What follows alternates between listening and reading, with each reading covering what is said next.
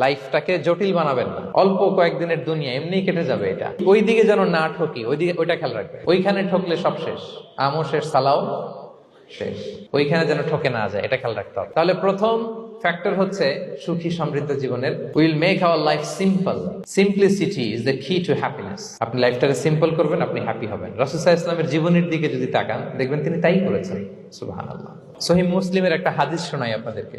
আম্মা জান আয়েশা রাদিয়াল্লাহু তাআলা আনহা বর্ণনা করেন। তিনি বলেন, একদিন সকালবেলা রাসূল সাল্লাল্লাহু আলাইহি ওয়াসাল্লাম আমার বাসায় আসলেন। ফজর নামাজ পড়ে এসে বলতেছে, আয়েশা ফজর নামাজ পড়ে আসছি, ব্রেকফাস্ট করার মতো কিছু আছে ঘরে? ইয়া রাসূলুল্লাহ, কিছু নেই। নাই? ঠিক আছে, আম ফাস্টিং, যাও আমি রোজা রাখলাম, রোজার নিয়ত করলাম। কত ইজি গোয়িং, কত সিম্পল বানিয়েছেন লাইফটা। আচ্ছা, আমরা হলে কি করতাম? একটু মিলাই নিজের সাথে। সাধারণত আমরা যেটা করতাম, আমরা অনেকে রেগে যেতাম। প্রিয় ভাইয়েরা, ঘরে কিছু নাই মানে তুমি আগে জানাবা না আমাকে? হ্যাঁ, গত রাতে বললে তো কিছু নিয়ে আসতে পারতাম।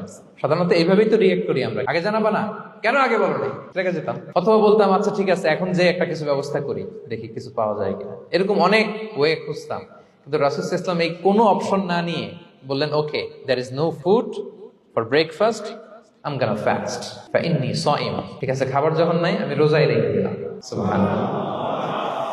এভাবে তিনি তার লাইফ লিড করেছেন। Make your life simple, you'll be happy.